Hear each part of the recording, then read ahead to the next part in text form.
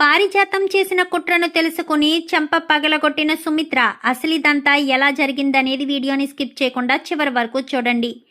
కార్తీక దీపం అప్కమింగ్ ఎపిసోడ్స్లో ఏం జరగబోతుందో ముందుగా తెలుసుకోవాలి అనుకుంటే కింద కనిపిస్తున్న హైప్ బటన్ మీద క్లిక్ చేసి వీడియోని లైక్ చేసి ఛానల్ని సబ్స్క్రైబ్ చేసుకుని పక్కనే ఉన్న బెల్ సింబల్లో ఆల్ పై క్లిక్ చేయండి. జోష్న, సూరజ్ ఇద్దరు ఒకటవ్వాలని మీరు కూడా కోరుకుంటే కామెంట్లో ఎస్ అని టైప్ చేయండి. ఇంకా జోష్న అయితే సూరజు ఎవరితోనో మాట్లాడడం చూసి తట్టుకోలేకపోతుంది. తనతో ఎక్కువ క్లోజ్గా ఉండడం చూసి ఒక ఆడపిల్లగా అంటే సూరజ్ని ఇష్టపడుతున్న అమ్మాయిగా అమ్మాయిలకు కొంచెం ఈర్ష్య ఎక్కువగా ఉంటుంది కదా. నా అనుకున్నవాడు వేరే అమ్మాయితో మాట్లాడుతూ ఉంటే చూస్తూ ఉండలేరు కదా.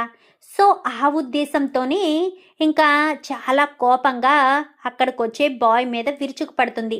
సరే మీరు వెళ్ళండి అంటూ ఆ మనిషిని పంపించేస్తాడు. పంపించేసిన తర్వాత ఏంటి జోష్న, నేను తనతో మాట్లాడుతుంటే నువ్వెందుకు ఇరిటేట్ అవుతున్నావు అని చెప్పనేసరికి నేనేం ఇరిటేట్ అవ్వట్లేదు, నువ్వెవరితో మాట్లాడితే నాకెందుకు, నేను బాగానే ఉన్నాను, నువ్వెవరితో మాట్లాడుకున్నా నాకు సంబంధం లేదు, నువ్వు ఎవరితో పోయినా నాకు సంబంధం లేదు అని చెప్పనేసరికి అవునా, నేను ఎవరితో మాట్లాడినా నీకు ఏ సంబంధం లేదా అని చెప్పాను. కానీ నాకు సంబంధం లేదు అని చెప్పాను కదా, సంబంధం లేదు సరేనా, నా పని నేను చేసుకుంటాను అని చెప్పి ఇంకా సూరజ్ కాస్త అనేసరికి చేసుకో నా పని నేను చేసుకుంటాను, అసలే ఈడెక్కడున్నాడో తలపోటు విపరీతంగా రావట్లేదు నాకు అంటూ విసుక్కుంటూ ఉంటుంది. ఇంకా జోష్నైతే ఇంకా దీప, కార్తిక్లు వీళ్ళంతా కూడా ఆఫీస్కి వచ్చేస్తారు. ఆఫీస్కి వచ్చిన తర్వాత జోష్న మాత్రం మండిపడుతూ ఉంటుంది. ఏమైంది జోష్న, ఏం జరిగింది అంటూ దీప మాట్లాడడంతో అది ఏం జరగలేదు, ఏదో కొంచెం తలపోటుగా ఉంది దీప అని చెప్పనేసరికి అవునా సరే ఇంటికెళ్ళి రెస్ట్ తీసుకో అని చెప్పాను. కానీ ఇంటికా, లేదు ఆఫీస్ అయ్యేంత వరకు ఇక్కడే ఉంటాను, నేను ఎటు వెళ్ళను అని చెప్పి జోష్న అంటుంది. ఎందుకంటే జోష్న ఇలా వెళ్ళడంతో మళ్ళీ అమ్మాయి వచ్చి ఎక్కడ మాట్లాడేస్తుందేమోనన్న భయంతో ఇంకా అలా అనేసరికి అవునా సరే అయితేనే అని చెప్పి ఇంకా పని చూసుకుంటారు. ఈ లోప అమ్మాయి కాస్త కార్తిక్ దగ్గరికి వస్తుంది. ఏమైంది అని చెప్పాను. కానీ మీరు చెప్పినట్టే చేశాను సార్, ఆ మేడం చాలా మండిపడుతుంది అనగానే అవునా, రోజులో 1-2 సార్లు అలా వెళ్ళి సూరజ్తో కొంచెం క్లోజ్గా మాట్లాడుతూ ఉండు, తన మనసులో మాట బయటికి వస్తుంది. సూరజ్ని ప్రేమిస్తుంది జోష్న, కానీ విషయం బయటికి చెప్పడం లేదు, నేను చెప్పినట్టు చెయ్యాను. కానీ ఓకే సార్ అని చెప్పనేసరికి ఆ కోపంలో నిన్ను ఏదైనా అన్నా ఏమన్నా కొట్టినా కానీ వేరేలా అనుకోవద్దు, వాళ్ళిద్దరినీ కలపడం కోసం నీ హెల్ప్ తీసుకుంటున్నాను అనేసరికి నువ్వేం హద్దులు మీరేమీ చేయనవసరం లేదు, నీ హద్దులో ఉంటూనే మాట్లాడు అనగాని ఓకే సార్ అర్థమైంది సార్ అని చెప్పి ఇంకా ఆ అమ్మాయికి అర్థమయ్యేటట్టుగా కార్తీక్ చెప్తాడు. ఇంక ఇది ఎలా ఉంటే పారిజాతం అక్కడికి వెళ్ళింది కదా, ఎవరి దగ్గరికి, మాలిని దగ్గరికి. సూరజ్కి ఇటు జోష్నకు పెళ్లి చెయ్యాలనుకుంటున్నారు అన్న విషయం తెలిసింది కదా. ఇంకా మాలిని ఇంటికి వస్తుంది. ఇంటికి వచ్చి పోయి సూరజ్కి ఇచ్చి జోష్న పెళ్లి చెయ్యాలనుకుంటున్నారా, నా మేనకోడలి పెళ్ళి ఎవడో అనామకుడికి ఒక అనాథకి ఇచ్చి పెళ్లి చేయడం ఏంటి, పైగా వాడు నా మేనకోడల్ని రిజెక్ట్ చేశాడంట, వాడెవడు నా మేనకోడల్ని రిజెక్ట్ చేయడానికి, కావాలనుకుంటే నా మేనకోడలికి గొప్ప గొప్ప సంబంధాలే తీసుకొచ్చి చేస్తాను నేను అంటూ మాలిని చెప్తుంది. అసలు నీకేం సంబంధం ఉంది, నా కూతురి పెళ్లి విషయం నీ దాకా ఎవరు తీసుకొచ్చారు, అయినా ఈ డిస్కషన్ అంతా ఇంట్లో జరిగింది, ఇంట్లో జరిగితే ఇంట్లో విషయం అంతవరకు ఎందుకు వెళ్ళింది, ఎందుకు వెళ్ళాల్సిన పరిస్థితి వచ్చింది, ఎవరు చెప్పారు నీకు అని చెప్పనేసరికి నాకెవరో చెప్పారులే సుమిత్ర, నాకు చెప్పడం ఇంపార్టెంట్ కాదు, అసలు నువ్వెందుకు ఇలాంటి పని చేస్తున్నావా అని నా మనసు కనిపిస్తుంది అనగాని నేనేం చేస్తున్నాను అని చెప్పనేసరికి అదేంటి జోష్నకు ఒక అనాథనిచ్చి పెళ్లి చేయడం ఏంటి, మా కోటీశ్వరుడిని తీసుకొచ్చి కదా పెళ్లి చేయాలి అనగానే నాకు తెలుసు ఎవరినిచ్చి పెళ్లి చేయాలో ఎవరితో పెళ్లి చేయాలో అన్నీ నాకు తెలుసు, నువ్వేమీ నాకు చెప్పాల్సిన పని లేదు, నా పని నేను చేసుకుంటాను, నీ పని నువ్వు చేసుకో అంటూ మాట్లాడేసరికి ఇంకా చాలా కోపంగా సుమిత్ర అయితే వెళ్ళిపోయి ఇక్కడి నుంచి అనగానే మాలిని ఇంటి నుంచి బయటికి వెళ్ళిపోతుంది. పారిజాతం అప్పుడే బయటికి వెళ్ళి లోపలికి వచ్చిన తర్వాత అత్తయ్య అంటూ గట్టిగా పిలుస్తుంది. దశరథ్ కాస్త గదిలో ఉంటాడు, శివనారాయణ ఆఫీసులో ఉంటాడు. ఏంటత్తయ్య అసలు మీరు ఏమనుకుంటున్నారు, మీకు ఒక్కసారి చెప్తే అర్థం కాదా, ఒక్కసారి మీకు మావయ్య గారు అవకాశం ఇచ్చారు కదా అని ప్రతిసారి అవకాశం ఇస్తారని అనుకుంటున్నారా ఏంటి? నేను మావయ్య గారికి చెప్తే మాత్రం మీరు ఇంటి బయటికి వెళ్ళిపోవాల్సిన పరిస్థితి వస్తుంది. చెప్పమంటారా అని చెప్పనేసరికి, అసలు నేను ఏం చేశానో చెప్పకుండా నేనేదో తప్పు చేసినట్టు మాట్లాడతావేంటి సుమిత్ర అని చెప్పాను. కానీ తప్పే చేశారత్తయ్య. అసలు జోష్నకు అటు సూరజ్కి పెళ్లి చెయ్యాలనుకుంటున్న విషయం మాలినికి ఎవరు చెప్పమన్నారు అనేసరికి ఒక్కసారిగా పారిజాతం షాక్ అవుతుంది. సుమిత్ర అది అది అనగానే, మీరింకా కవర్ చేసి చెప్పొద్దు అత్తయ్య. మీరు చెప్పడం నాకు తెలియదు అనుకుంటున్నారా? మీరు తప్ప ఇంకెవరూ చెప్పరు అన్న విషయం కూడా నాకు తెలుసు. ఎందుకత్తయ్య ఇలా ఇరిటేట్ చేస్తున్నారు? జోష్న గురించి చెప్పొద్దు అని చెప్పినా కానీ మీకు బుద్ధి రాదా? పెద్దవారు కదా అని మీకు విలువనిచ్చి మాట్లాడుతుంటే మీరు ఇంకా ఇంకా మీ స్థాయిని దిగజార్చుకుంటున్నారు అని చెప్పి అక్కడి నుంచి కాస్త సుమిత్ర కోపంగా వెళ్ళిపోతుంది.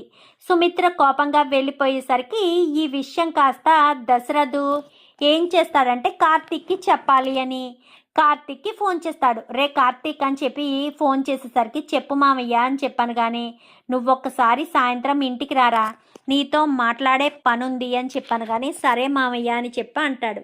అనేసరికి అది కాస్త సుమిత్ర విని, ఈయన ఎందుకు కార్తీక్ని ఇంటికి రమ్మని చెప్తున్నారు, కార్తీక్తో ఈయనకి మాట్లాడే పనేముంది అనుకుంటూ ఇంకా సుమిత్ర ఆలోచిస్తూ ఉంటుంది.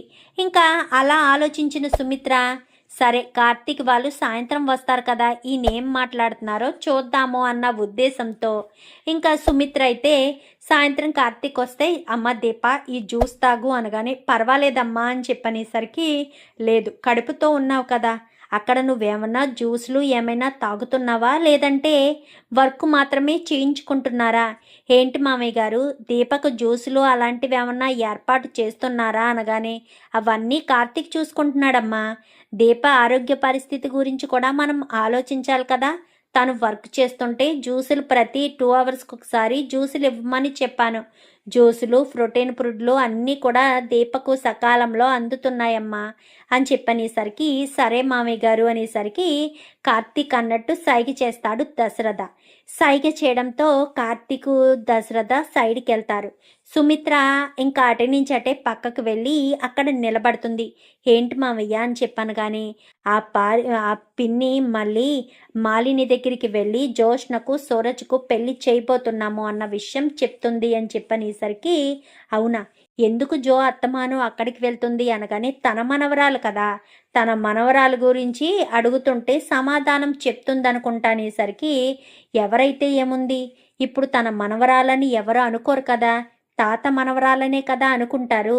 పారిజాతము బిడ్డల్ని మార్చింది అన్న విషయం బయటికి తెలియదు కదా మామయ్య. తెలియనప్పుడు పారు మన దాసు మామయ్య కూతురు అని అనుకోరు కదా, నీ కూతురనే అనుకుంటారు. ఆ మాత్రం ఆలోచించకుండా పిచ్చి వేషాలు వేస్తుందేంటి పారు. వయసు పెరిగే కొలది పారుకి బుద్ధి కూడా మందగిస్తుందనుకుంటా అని చెప్పనేసరికి ఒక్కసారిగా మాటలు విన్న సుమిత్ర షాక్ అయిపోతుంది. ఏమన్నారు ఏమన్నారు కార్తీక్ ఏమన్నారు అని చెప్పాను. కానీ ఏమనడం ఏంటత్త, ఏమైంది అని చెప్పాను. కానీ జోష్న ఎవరి కూతురు, ఎవరి మనవరాలు, ఆ అత్తయ్య మనవరాలా మా మావయ్య గారి మనవరాలా అని చెప్పాను. కానీ అదేంటత్త ఇద్దరు మనవరాలు జోష్నే కదా అనగానే, కాదు కాదు దాసు కూతురు అని మాట్లాడావు నువ్వు, చెప్పు అని చెప్పాను. కానీ అది కాదత్తా అంటూ కార్తీకు అంటే మాట దాటేయడానికి ప్రయత్నం చేస్తూ ఉండగా సుమిత్ర కాస్త దశరథ చేతిని తన నెత్తి మీద వేసుకుని, నిజం చెప్పండి, మీరు అబద్ధం చెప్తే నా ప్రాణాలు పోయినట్టే అని చెప్పనేసరికి, సుమిత్ర అని చెప్పాను. కానీ నిజం చెప్పండి అని చెప్పనేసరికి, నిజం చెప్తే నువ్వు తట్టుకోలేవు సుమిత్ర అని చెప్పాను. కానీ ఎందుకు తట్టుకోలేనండి, మీరు నా దగ్గర ఏదో నిజం దాస్తున్నారు. ఇంతకు ముందు కూడా మిమ్మల్ని చాలాసార్లు గమనించాను. చాలా మదన పడేవారు, దీపను చూస్తే ఆప్యాయంగా పలకరించేవారు, జోష్నతో సరిగ్గా మాట్లాడేవారు కాదు, ఏదో నిజం దాచిపెట్టారు, చెప్పండి అనగానే, అది అనేసరికి, నువ్వు అనుకుంటున్నట్టు జోష్న మన కన్న కూతురు కాదు, మన కన్న కూతురు దీప, జోష్న దాసు కూతురు. పిన్ని పెళ్లి చేసుకుని ఇంటికి వచ్చాక మా నాన్న పిన్నిని ఇంటి మనిషిగా చూడకపోవడంతో ఈ కుటుంబం మీద కక్ష కట్టి తన సొంత మనవరాలైన దాసు కూతురిని తీసుకొచ్చి ఇంటికి వారసురాల్ని చేసింది. నా కూతురైన దీపను రోడ్డు పాలు చేసింది. కుబేర్ కాస్త దీపను తీసుకెళ్లి తన సొంత బిడ్డలా పెంచుకున్నాడు. ఈ విషయం దాసుకు తెలుసు. ఎందుకంటే ఆ రాత్రిపూట దాసుకు ఆ బిడ్డను తీసుకువెళ్ళడం చూశాడు. అప్పుడే నిజం బయట పెడితే సరిపోయేది. కానీ ఎంత ఆ బిడ్డను తీసుకొచ్చిన సైదులుగాడిని కూడా పారు పిన్ని ప్రాణాలు తీయించిందంట. ఎక్కడ బిడ్డ ప్రాణాలు తీయించేస్తుందేమోనన్న భయంతోనే ఆ బిడ్డ గురించి బయట పెట్టలేదు. 20 సంవత్సరాలు దాటిన తర్వాత ఆ బిడ్డ వెతికే ప్రాసెస్లోనే కుబేరు పెంచిన కూతురే ఈ దీప అన్న విషయం అనసూయ ద్వారా తెలుసుకుని దీపే మన కన్న బిడ్డ అన్న విషయం తేలింది. పైగా నీకు బోన్ మ్యారో ఆపరేషన్ చేయించింది కూడా జోష్న కాదు, దీప. దీపే ఇంటి అసలైన వారసురాలని, దీప మన కన్న బిడ్డ అన్న విషయం జోష్నకు తెలుసు. అలాగే పిన్నికి తెలుసు. దీపే మన బిడ్డ అన్న విషయం కూడా తెలుసు. అన్ని విషయాలు దీపకు, కార్తీక్కు, జోష్నకు, పారిజాతం పిన్నికి, నాకు మాత్రమే తెలుసు. ఎటొచ్చి తెలియంది నీకు, నాన్నకు మాత్రమే. ఆ విషయం గురించే బయట పెట్టాలని అనుకుంటున్నాము. జోష్న పెళ్ళైన మరుక్షణమే దీపై ఇంటి అసలైన వారసురాలని, జోష్న దాసు కూతురన్న విషయం బయట పెట్టాలనే మేము నిర్ణయం తీసుకున్నాము. ఈలోపు నువ్వే మా మాటలు విని నన్ను నిలదీశావు అంటూ మాట్లాడేసరికి, అంటే నేను తప్పు చేశానా అనగానే, నువ్వు తప్పు చేశావా అని అనడం లేదు సుమిత్ర. మేము చెప్పాలనుకున్నదే నువ్వు ఈలోపు తొందరపడి మమ్మల్ని అడిగావు అని చెప్తున్నానంతే. అంతకుమించి నేను ఏమీ అనడం లేదు అని చెప్పనగానే, అంటే ఇన్ని రోజులు కూడా నన్ను మోసం చేశారన్నమాట, నా దగ్గర నిజం దాచిపెట్టారన్నమాట అని చెప్పనగానే, ఇప్పుడు నువ్వు చాటుగా విన్నావు కాబట్టి నువ్వు నమ్ముతున్నావత్తా. అదే మేము నేరుగా వచ్చి దీపే నీ కన్న కూతురు, జోష్న నీ కన్న కూతురు కాదు అని చెప్తే నువ్వు నమ్ముతావత్తా?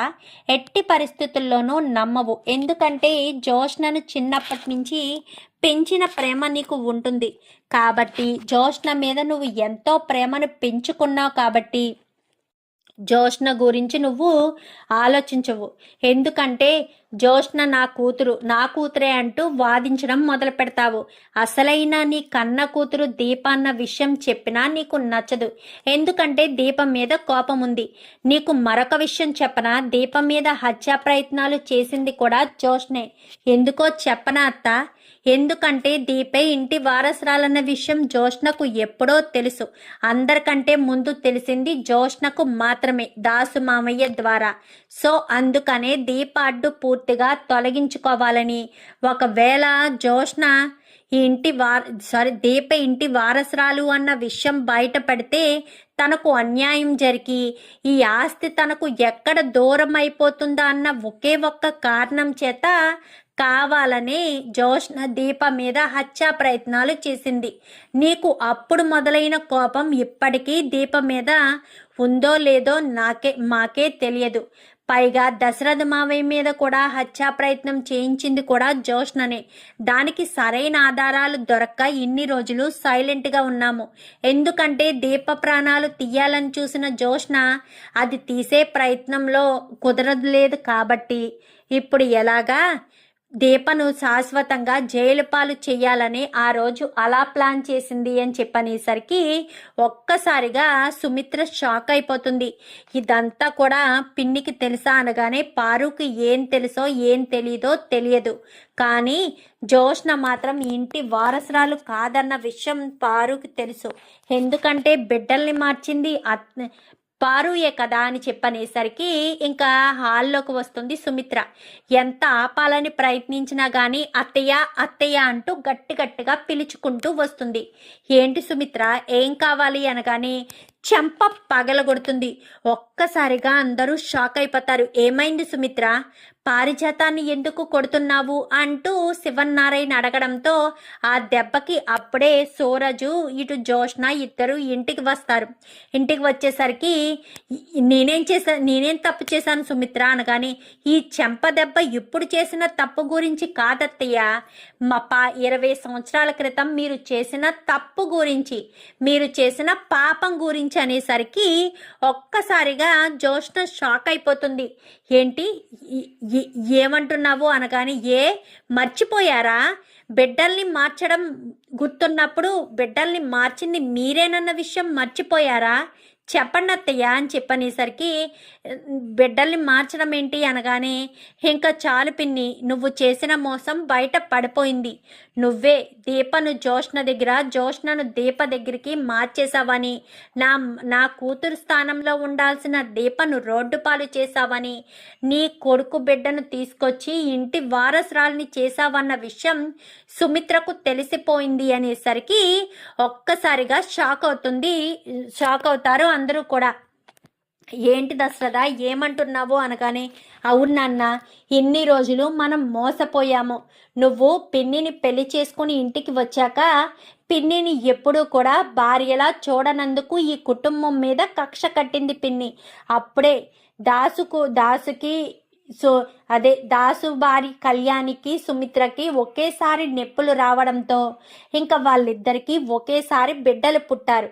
బిడ్డలు పుట్టేసేసరికి తన సొంత మనవరాలైన దాసు కూతుర్ని తీసుకొచ్చి సుమిత్ర పక్కన పడుకోబెట్టి సుమిత్ర కూతుర్ని కాస్త ప్రాణాలు తీసామని సైదులు అనే ఒక వ్యక్తికి ఇచ్చింది. వాడు చూస్తూ పసిబిడ్డ ప్రాణాలు తీయడం ఇష్టం లేక ఆ బిడ్డను తీసుకెళ్ళి ఒక బస్ స్టాండ్లో వదిలిపెట్టేశాడు. ఆ తర్వాత సైదులు ప్రాణాలు కూడా తీయించింది పిన్నైతే. ఈ విషయం పిన్నికి మాత్రమే తెలుసు. ఆ తర్వాత ఈ విషయాలన్నీ కూడా దాసుకు తెలుసు. ఎందుకంటే ఆ అర్ధరాత్రి పూట ఆ బిడ్డను తీసుకువెళ్ళింది కుబేరు ఎత్తుకుని తీసుకువెళ్ళడం దాసు చూశాడు. ఆ రోజే నిజం బయట పెడితే ఆ బిడ్డను సైతం ప్రాణాలు తీసేస్తుందేమో అన్న భయంతో దాసు నిజాన్ని బయట పెట్టలేకపోయాడు. 20 సంవత్సరాల తర్వాత దాసు మళ్ళీ ఊళ్ళోకి వచ్చి అప్పట్లో తీసుకువెళ్ళిపోయిన కుబేరు ఫోటోనైతే గీయించి అనసూయ దగ్గరికి వెళ్ళి అనసూయని నిలదీసి అడగడంతో అనసూయ చెప్పిందంట, నాకు తమ్ముడు చిన్నప్పుడు ఒక బిడ్డను తీసుకొచ్చాడు. ఆ బిడ్డ ఎవరో కాదు, దీప అని. బోన్ మ్యారో ఆపరేషన్ చేసే సమయంలోనే దీపే నా కన్న బిడ్డ అన్న విషయం బయటపడింది.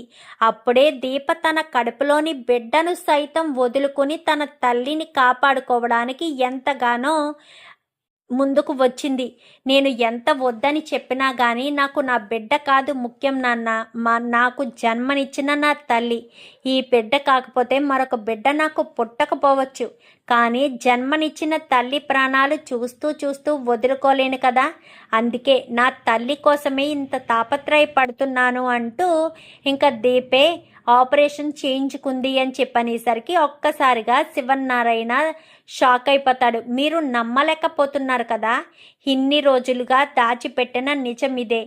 జోష్న ఈ ఇంటి వారసురాలు కాదు, ఈ ఇంటి పని మనిషిగా ఉండాల్సిన ఒకప్పుడు పారిజాతం ఇప్పుడు ఇంటి కోడలైన పారిజాతం కొడుకు అని చెప్పనేసరికి ఒక్కసారిగా అందరూ కూడా అలా చూస్తూ ఉంటారు.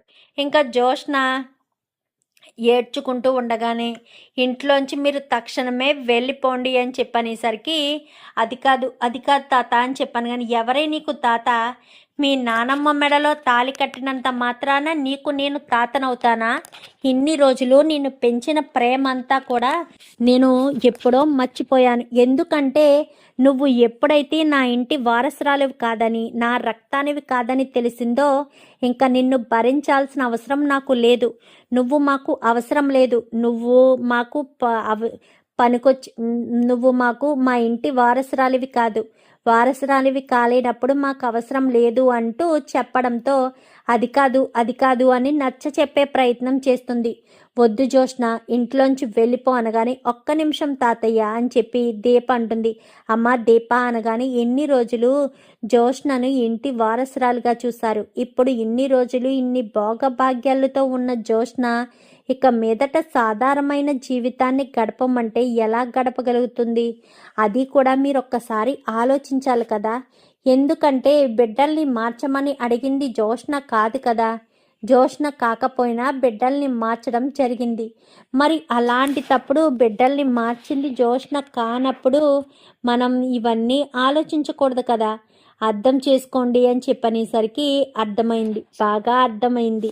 ఇప్పుడు ఏమంటావో అనగానే, జోష్న కూడా నా చెల్లి లాంటిదే, నా చెల్లిలా ఈ ఇంట్లోనే ఉంటుంది, మీకు ఒక మనవరాలు కాదు 2 మనవరాళ్ళు అని చెప్పనేసరికి, అవును 2 మనవరాలు 2 మనవళ్ళు అని చెప్పి ఇంకా శివన్నారాయణ మాట్లాడుతూ ఉండగానే ఈలోపు స్వప్న వస్తుంది.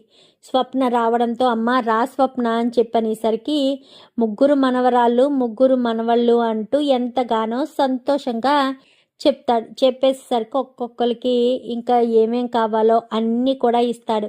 అన్నీ ఇచ్చేసరికి, అయినా మీరంతా ఇలా కలిసిమెలిసి ఉంటే నాకు ఎంతో సంతోషం అనిపిస్తుంది, మీరంతా ఇలా ఉండడమే నాకు కావాలి, మీ సంతోషమే నాకు కావాలి అంటూ చెప్పడంతో సరే అని ఇంకా అంతా కూడా చాలా హ్యాపీగా ఉంటారు.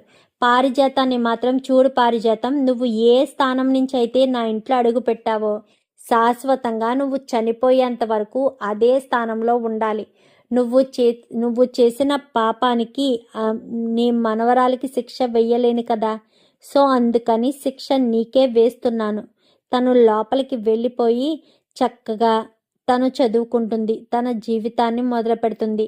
మంచి పెళ్లి సంబంధం చూసి పెళ్లి చేస్తాము. ఆల్రెడీ సూరజ్కి తనకి పెళ్లి చేయాలని నిర్ణయం తీసుకున్నాం కాబట్టి సూరజ్కి ఎలాంటి అభ్యంతరం లేకపోతే పెళ్లి చేస్తాము అనేసరికి సూరజ్ కాస్త అక్కడి నుంచి వెళ్ళిపోతాడు. ఏంటిది, ఏం చెప్పకుండా వెళ్ళిపోతున్నాడు సూరజు అని అనుకుంటూ ఉంటారు.